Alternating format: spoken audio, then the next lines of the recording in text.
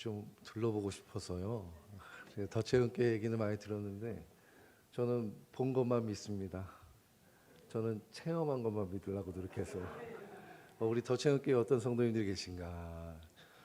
제가 봤을 때 제가 더체험교회를 느끼는 것은 제가 체험한 것들만 해서 지금 이야기를 좀 드리자면 우리 더체험교회 목사님이 아주 외모도 출중하시고 또 성품도 훌륭하시고 그죠? 근데 성도들을 얼마나 사랑하는지 제가 이번에 그 지방회 때 우리 최은주 권사님과 황신하 장로님께서 그 지방 임원을 맡으시는데 제가 역대급 지방에 있으면서 지방회 때 처음 봤어요.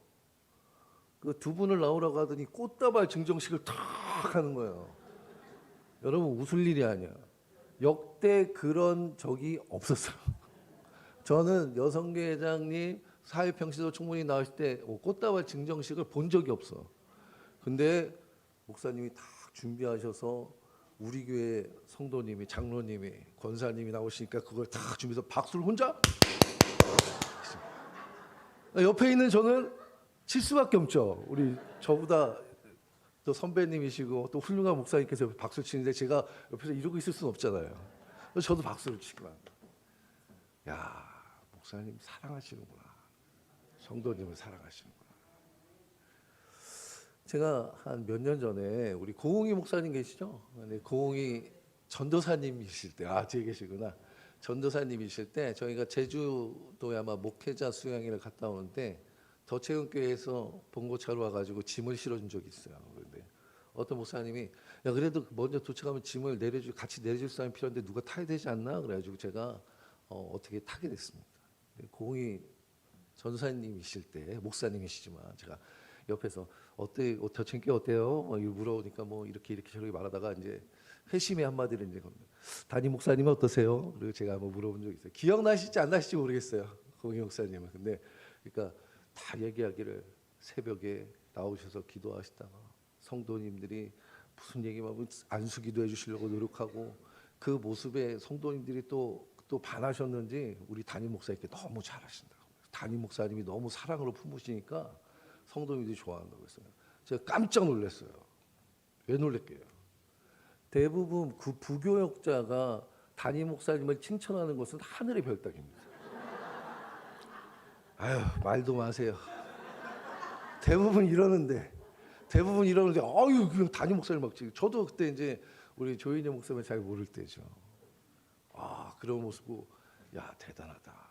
근데 또 조인희 목사님이 우리 아마 김대성 목사님하고 공희 목사님도 마찬가지고 지방에서 행사가 있을 때마다 이분들이 나와서 찬양 인도를 해요. 내가 야 목사님 지금 김대성 목사님이 너무 멋있게 찬양을 잘한다고 내가 그랬더니 담임 목사님 뭐라고 하신 줄 아세요? 우리 교회는 지금 모든 구성원이 어벤져스래요. 어벤져스. 슈퍼 히어로들이 다 있다는 거예요. 그러니까 보니까 담임 목사님도 부교역자를 사랑하고 부교역자도 담임 목사님을 사랑하고 담임 목사님이 성도님들을 사랑하고 성도님들이 담임 목사님을 사랑하고 할렐루야. 존경받기 합당한 교회인 줄 믿습니다. 사랑받기 합당한 교회인 줄 믿습니다. 오늘 보시니까 또 황신한 장로님이 나오셔서 찬양 인도하는데 찬양 코드가 나랑 너무 딱 맞아. 내가 청년부 때 산기도 올라가서 부르던 찬양들이 막 나오는 것 같고 나는 나이가 중요한 게 아니고요. 은혜 받았을 때 찬양을 기억해요. 제가 가장 찬송가 중에 좋아하는 게 찬송가 180은 내 너를 위하여 몸 버려 피 흘려 이 몸은 죽었만 너 무엇하느냐. 이 찬양을 하면 그냥 가슴이 저려. 야 하나님이 나를 위해서 그렇게 하셨는데 나 지금 못하냐. 근데 그 기도회 때 기도하던 그 찬양들이 항상 그렇게 딱 하시니까 찬양의 은혜가 다 은혜 받으시죠? 그게 코드가 있어요. 우리 교회는요. 내게 강 그러면 우리 어르신들이 좋아하셔. 근데 요즘 찬양을 이렇게 탁 하면 어르신들이 그러면 청년들이 고개를 이렇게 들고. 가지고 내가 오늘도 똑같은 얘기를 했어요. 내가 도대체 어떤 찬양을 준비해야 됩니까? 젊은이들의 찬양을 하자니 어르신들이 싫어하시고, 어른들의 찬양을 하자니 젊은이들이 고개 숙이고, 참 어려운 숙제입니다. 그러나 우리 황신하 장로님께서 그런 것들을 다 어울리셔서, 야, 교회 참 훌륭하다. 목사님부터 성도인들까지 아니 훌륭한 점이 없는 줄 고백하게 되어집니다. 담임 목사님께서 전화를 하셔서 저에게 설교를 해달라고. 근데 제가 너무 부족한 사람이라서, 야, 이 또 이 크고 훌륭한 분들 앞에서 이게 오늘 오니까 더 걱정이 돼. 왜냐하면 좀 이렇게 인상을 쓰고 있고 좀 준비가 안 된 사람들한테 내가 그냥 강력하게 이게 뭐 이렇게 할 텐데, 다들 그냥 그냥 예배의 기쁨이 그냥 있어가지고 이런 설교를 굳이 할 필요가 있나? 네. 왜냐면 또 오늘 여기 보니까 또 귀한 말씀이 있더라고요. 이 간증 있는. 또 담임 목사님이 전화하셨을 때 간증 약간 해주셔도 괜찮고요. 이런 멘트가 있어가지고 그래도 내가 비전교회 목사니까 약간 간증스러운 좀 멘트를 해야 되나 딱 이렇게 고민하다가 그러면 어떤 얘기를 해야 될까 생각하게 됐어요. 어떤 얘기를. 그래서 뭐 제가 아까 담임 목사님께도 말씀드렸지만 지금 15년 차 개척교회를 하고 있는데, 이 15년째 하고 있으면서 이제 맨날 똑같지는 않을 거 아니에요. 굴곡이 있었어요. 굴곡에서 그 굴곡 있는 제 사역 중에 한 가지에 대해서 좀 말씀을 나누고자 합니다. 그래서 어떤 일이 있었냐면, 제가 한 5년 동안 성도 한 명도 없다가 하나님께 기도하는 거예요. 하나님, 정말 이대로 놔둘 거면 나를 왜 불렀습니까? 저 세상 일 하다가 좀 늦게 목회를 시작했거든요. 제가 이래봬도 50이 넘었습니다. 50 초반인데 이럴 거면 나를 왜 불렀습니까? 나 그냥 세상 일 해도 먹고 살만 했고, 우리 아이들 뭐 사줄 때 뭐 메이커 같은 거 신경 안 쓰고 그냥 좋은 거 사 했고 그냥 좋게 먹고 잘 살고 있는데, 하나님이 행복하지 않다고 느끼게 하셔서 나에게 그 기도하던 때, 찬양하던 때, 예배하던 은혜를 주시면서 목회를 시작하게 했는데 왜 지금 우리가 이럽니까? 그 기도했어요. 어느 날 한박중학교를 이렇게 걸어가는데 아이들이 막 축구를 차고 있는 거예요. 그래서 그때 감동이 오더라고요. 전도해야겠다 쟤네들. 근데 이렇게 물어보니까 우리 아이들이 넷이에요. 아들만 넷인데 제가 훌륭하죠. 딸만 못 낳습니다. 인생의 제일의 오점인데 아들만 넷인데 이제 한박중학교를 다 다니고, 첫째가 공부를 좀 잘했어요. 지금 신학을 하고 있는데 그 친구가 축구 동아리를 만들었더라고요. 선생님이 이제 시키셔서. 둘째가 그 한박중학교 대표 축구 에이스였어요. 셋째도 축구를 하고. 이 아이들을 이제 전도하게 되면서 우리 교회가 이제 시끌벅적하게 되는 거예요. 시끌벅적하게 되는 겁니다. 전도하면서 막 학교 선생님도 만나고 막 시합 가는데 차량 운행도 우리 교회 차로 해주고, 따라가서 간식도 먹이고, 또 예배 나오면 뭐 고기도 구워주고 뭐 이렇게 하면서 꼬시면서 이제 막 하면서, 그리고 교회에서 이제 한 달에 한 번씩 교회마다 찾아다니면서 축구 시합을 잡는 거예요. 축구 시합. 다른 교회랑. 근데 여러분, 축구 시합 잡기가 쉽지 않아요.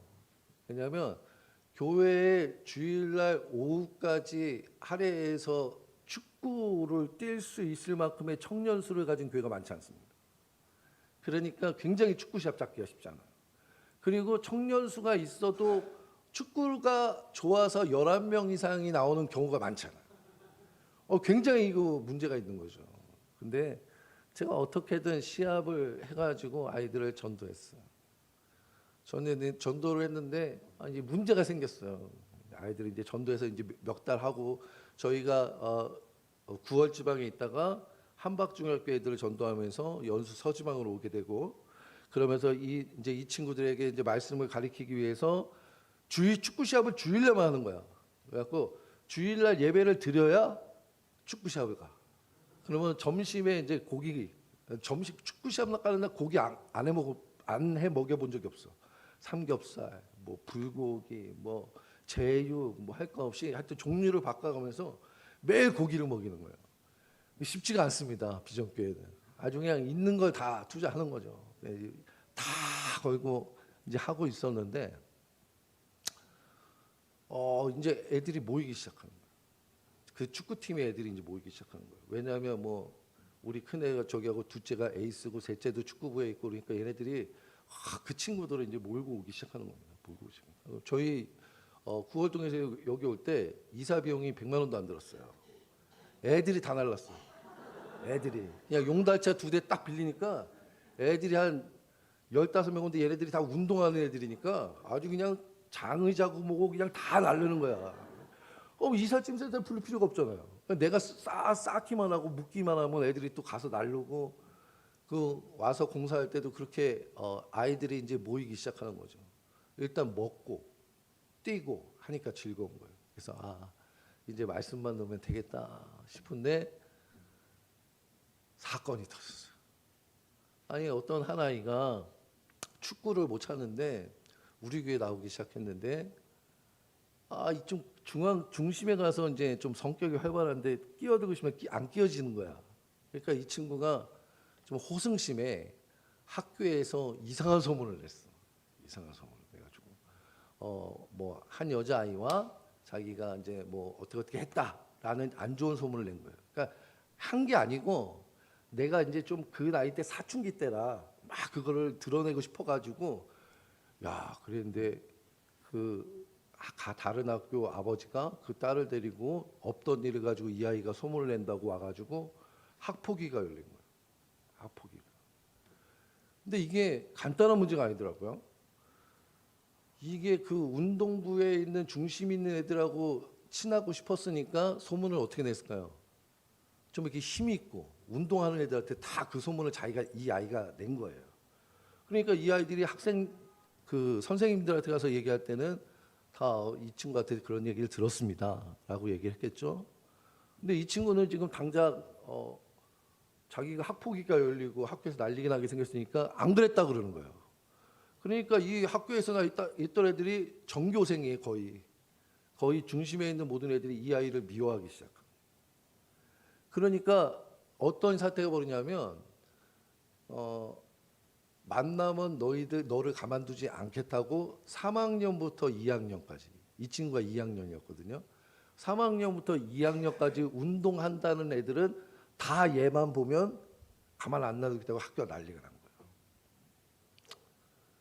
그 부모가 저희 교회를 찾아와서 저희 아이들을 불러놓고 상황이 이렇다 그러면서 얘기를 하더라고요. 도와줘라. 얘가 실수는 했을 정도 니들 친구가 아니냐. 그러니까 네 친구를 한번 살린다고 생각하고 한번 도와줘라. 그렇게 얘기를 하더라고요. 그러니까 제가 옆에서 이렇게 듣고 있자니 이게 보통 일이 아니에요. 보통 일. 우리 교회에 구성인 원이 있는데 한 아이가 사고를 쳤는데 나머지 모든 아이가 이 아이를 싫어하는 거예요. 이 군중 심리가 있어서 별 관련이 없어도 나한테 그런 거짓말을 안 했어도 얘가 이런 짓을 했대. 그러니까 이 교회에 나오던 모든 아이들이 이 아이를 싫어하는 거예요. 그 어머니가 어떻게 해야 될지 모르겠다고 얘기하는데 제가 그 얘기를 듣고 있다가 그러면 이렇게 합시다. 어머니가 수고롭겠지만 지금 제가 학교 아이들 상황을 들어보니까 심상치가 않다. 근데 그 아이들이 이 아이를 폭력을 취하면 이 아이만 문제가 아니라 학교 전체가 문제가 된다. 그러니까 부모님이 등하교를 시켜라. 대신 학교 갈 때도 우리 애들을 태우고 가고 나올 때도 우리 애들이랑 나오게 해라. 그럼 내가 우리 애들한테 얘기해서 지켜주게 하겠다. 그렇게 얘기를 했어요. 또 우리 아이들이 얘기했지만 뭐 운동하는 축구 좀 에이스로 좀 잘 차고 성격들이 원활해서 아이들이 이제 서로가 전도할 정도로 그 유대 관계가 되니까 이 아이들이 이 아이를 못 건드려요. 왜냐하면 그 아이들이 등하교 할 때 항상 옆에 가는 거야. 학교 갈 때도 학교에서 올 때도. 그러면서 제가 고민을 했어요. 내가 어떻게 해야 될까? 이 문제를 어떻게 해야 될까? 근데 99마리 양, 한 마리 양. 성경의 구절들이 그냥 옹알옹알 되면서 야, 저 아이를 내가 버릴 수 있는가? 학교에 이제 전화를 했어. 그래서 담임 선생님과 또 학생과장 선생님과 이제 전화 통화를 해서 이 아이가 잘못한 건 확실합니다. 그런데 한 영혼 구원해야 되지 않습니까? 저도 학부모이자 또 이 아이가 다니고 있는 교회 목사인데 선생님 살려주십시오. 이 아이 한번 구원해 주십시오. 이 아이 살려야 선생님도 후회 안 하십니다. 선생님 제자 학폭이 걸려서 문제 생기면 그 인생이 얼마나 불쌍합니까? 도와주십시오라고 얘기했어요. 제 생각하기에 이 아이를 돕는 것이 하나님 뜻이라고 생각했어요. 나는 다른 사람은 다 버릴정정 목사는 버리면 안 된다고 생각했어요. 저는. 근데 그다음부터 문제가 생기는 거예요. 아이들이 왔는데 야, 예수 그리스도를 믿는 사람, 교회를 다니는 사람이 세상 사람들처럼 똑같이 정죄하고 복수하고 싸우려고 하지 말고 용서해라. 하나님도 예수님도 너희를 용서했듯이 너희도 이 아이를 용서해라 라고 얘기를 했어요. 잘 됐을까요? 이 아이들이 내 앞에서는 아무 소리 안 해. 이해는 해. 근데 감정적으로는 안 되는 거야. 머리로는 이해를 해. 그러니까 목사님이 하는 말을 머리로는 이해는 하는데 감정적으로 용서가 안 돼, 그 아이가. 이 아이는 우리 교회 목사님과 우리 교회 내 목사님 아들들 아니면 학교도 못 다닐 상황이니까 교회를 자주 나와. 한 번 다 빠지거나. 그러니까 아이들이 축구 시합하는 아이들이 하나, 둘 안 나오기 시작. 어느 순간 우르르 다 한다. 아이고 하나님, 내가 잘못한 겁니까?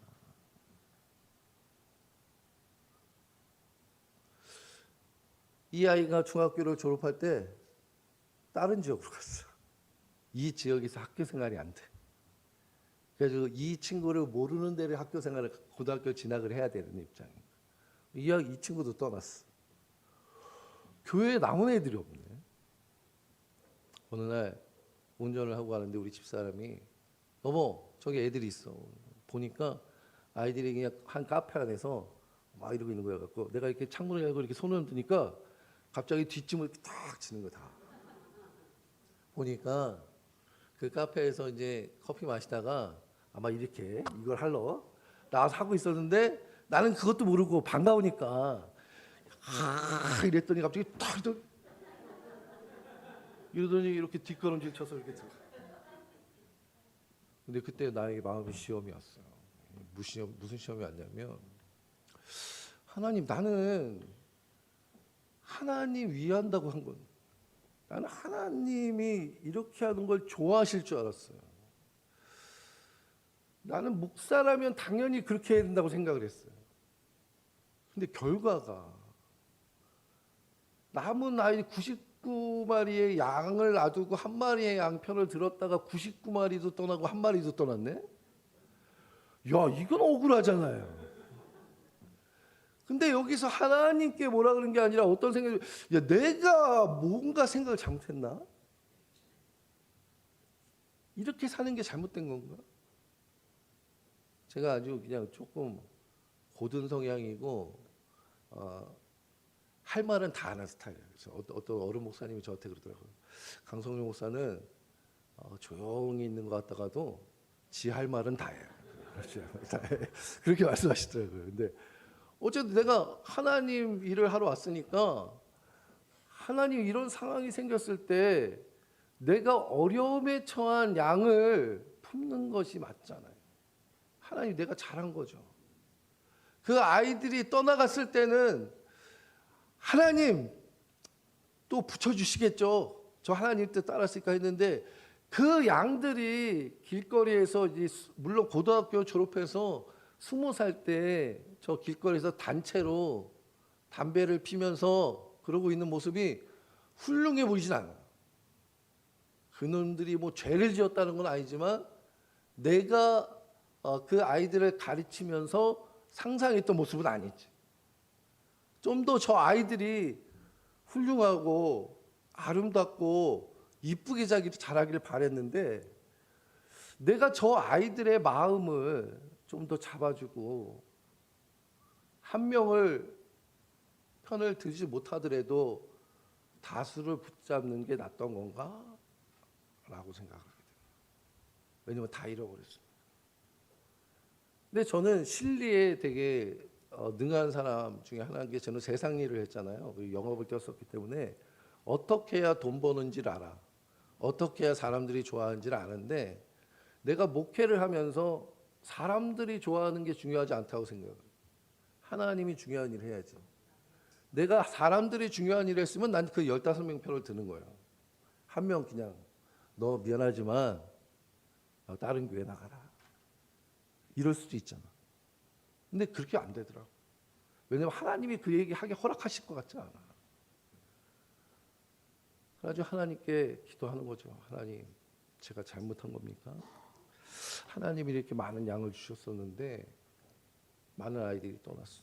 근데 그 아이들이 저 밖에서 내가 상상했던, 내가 진짜 가르쳐주고 싶고 품어주고 싶어 했던 모습이 아니라 엉뚱한 모습으로 있는 모습을 보니까 가슴이 아파. 열매 맺지 못한 충성 같고 한 달란트를 가지고 2달란트를 만들지 못하는 종 같고 그런 생각이 들었어요. 오늘 성경 말씀에 사울이 하나님을 배신하고 하나님보다 자신의 권위와 또 왕으로서의 권력과 또 전쟁에서의 승리를 중요시하다가 하나님의 뜻에 반하고 나서 하나님이 이제 사울을 저버리고 이제 새로운 기름 부은 자를 선택하기 위해서 사무엘에게 이새의 집에 가서 그 아들 중에 하나를 기름 부을 테니까 준비를 하고 가라고 명령을 합니다. 이새가 야 기름 부으면 막 이게 사무엘 선지자한테 내 아들을 보여줘야 되는데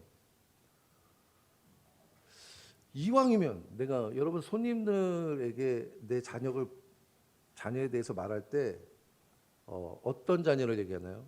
내가 자랑거리가 될 만한 아들, 딸. 내가 봤을 때 누가 봐도 괜찮은 그런 사람을 원하겠죠. 오늘 성경 말씀에 보면 그래요.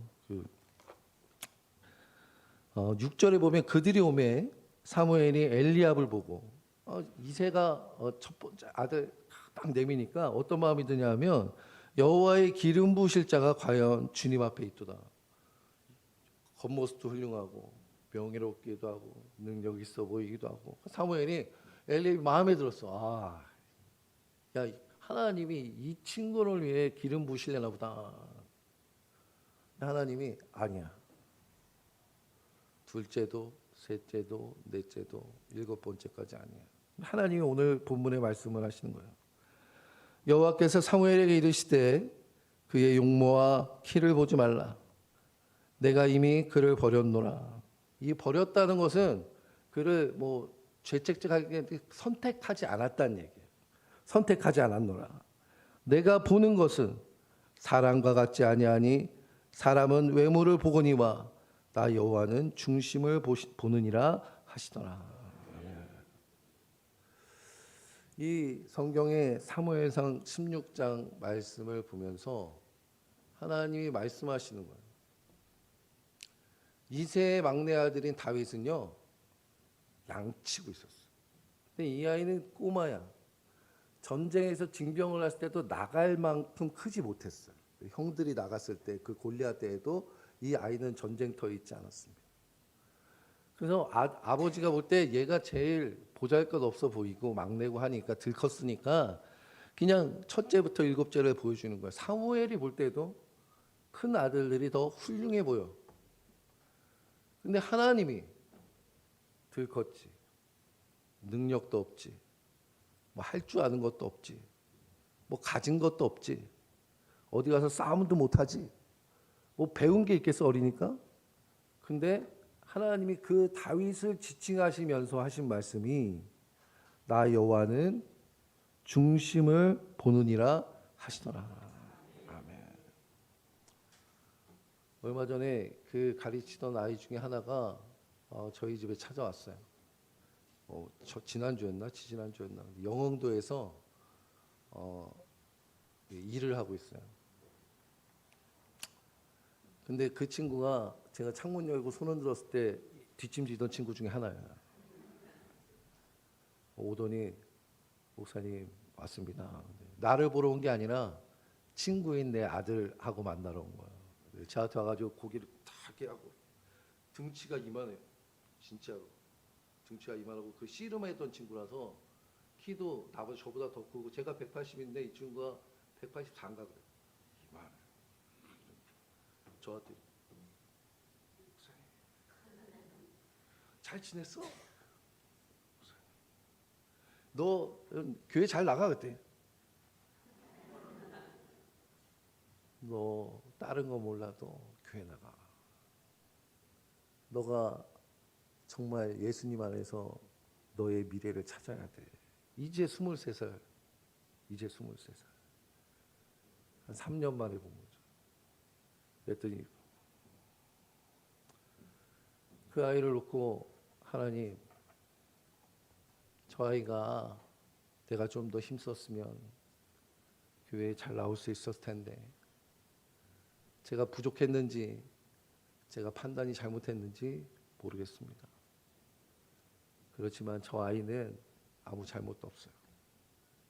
하나님, 저 아이를 영적으로 구원해 주세요. 하나님이 저 아이를 세워주시길 소망합니다. 이 아이가 갈 때도 목사님 무슨 죄인 된 것처럼. 근데 그날 이 성경책을 보면서 깨달았어요. 나는 열매 맺지 못한 일을 한 줄 알았는데 내가 저 아이들의 모습을 보니까 열매가 맺혀지고 있나 보다. 그 모습이 부끄러운 줄 알아. 목사님이 그때 그 어릴 때 했던 행동들이 자신들에겐 억울해 보이고 자기 편 안 들어주는 것이 서운해 보이고 미워 보였는지 모르지만 지금 그 아이의 모습에서는 나를 미워하는 모습이 없어. 본인들도 커서 이제 좀 깨닫는 것 같아. 안 그러면 두 손을 이렇게 보고 두 손을 이렇게 친 것도 아니야. 여기 배꼽에 그 유치원 가면 인사하는 것처럼 이 등치 3만 원 내가 인사를 하는데, 하나님, 내가 성도들에게 말씀을 전할 때 성경을 보고 스토리의 시작부터 스토리의 마지막까지 보니까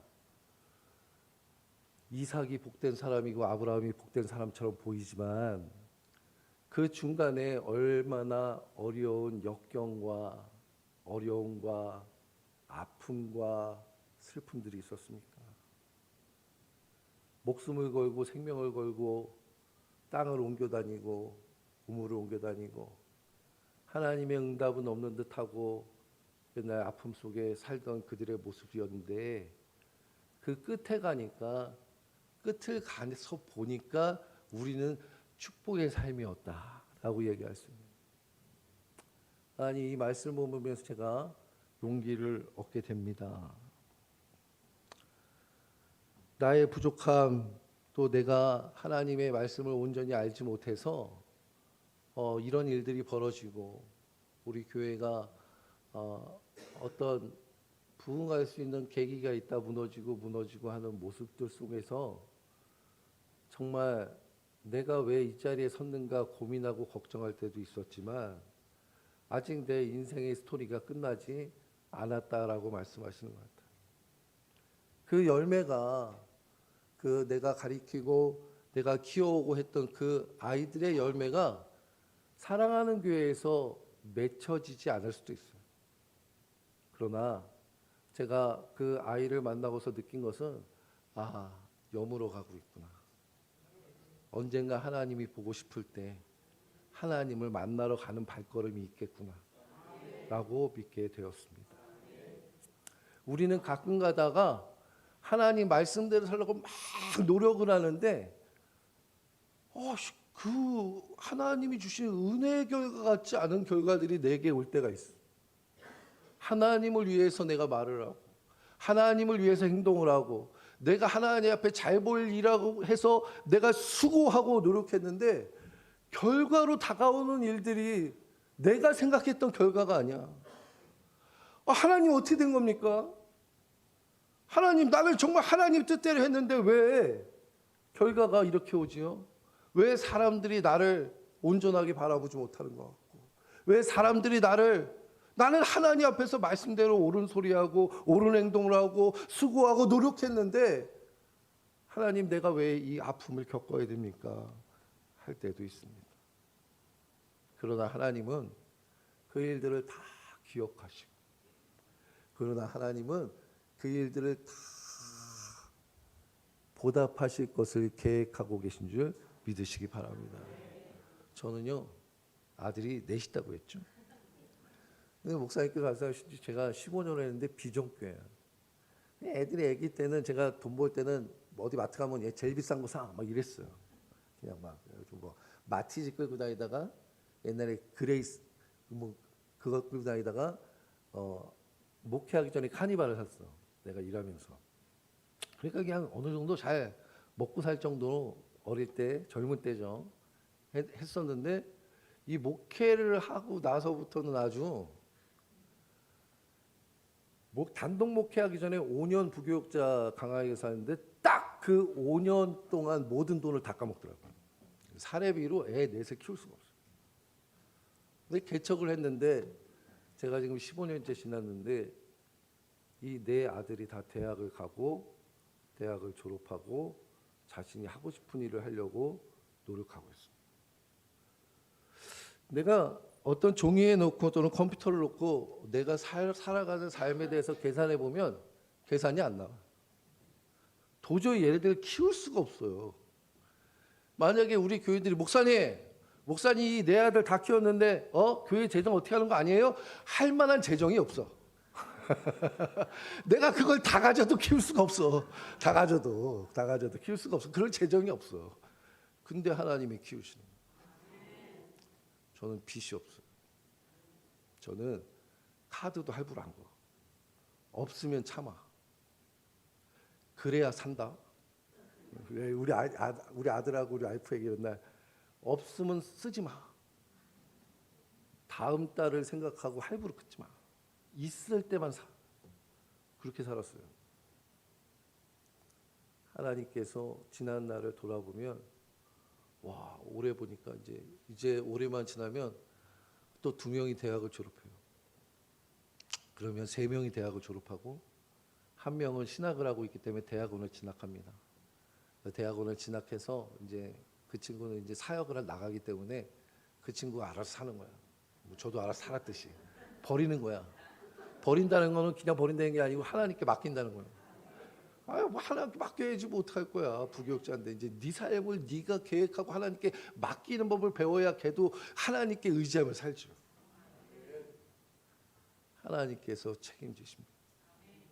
어쩔 때 하나님께 서운할 때도 계실 거예요. 목사보다 더 서운하겠어요. 목사보다 더 서운하겠네요. 나 열심히 했는데 하나님 왜 이래요? 남들이 와서 비전교회 힘드시죠? 그런데 나 그거 하나도 안 힘든데 자꾸 나보고 힘들다고 그래가지고 그게 안 힘들어요. 비전교회라 돈 없어서 힘든 적이 없어요. 하나님의 뜻이 우리 교회 안에서 내가 있는 이 예배당 안에서 이루어지는가 이루어지지 않는다가 고민이지 밥 먹고 사는 거 고민해 본 적이 없다니까. 하나님이 다 채워주셔. 사랑하는 성도 여러분, 고민되고 근심되는 일, 또 하나님께 하나님 이게 맞나요 하는 일들이 있지만 우리의 인생 스토리가 다 끝나지 않았잖아요. 지금 진행형이잖아요. 아브라함도 이삭도 다 어려운 시기가 있어. 근데 끝에 가보니까 복된 인생이었다.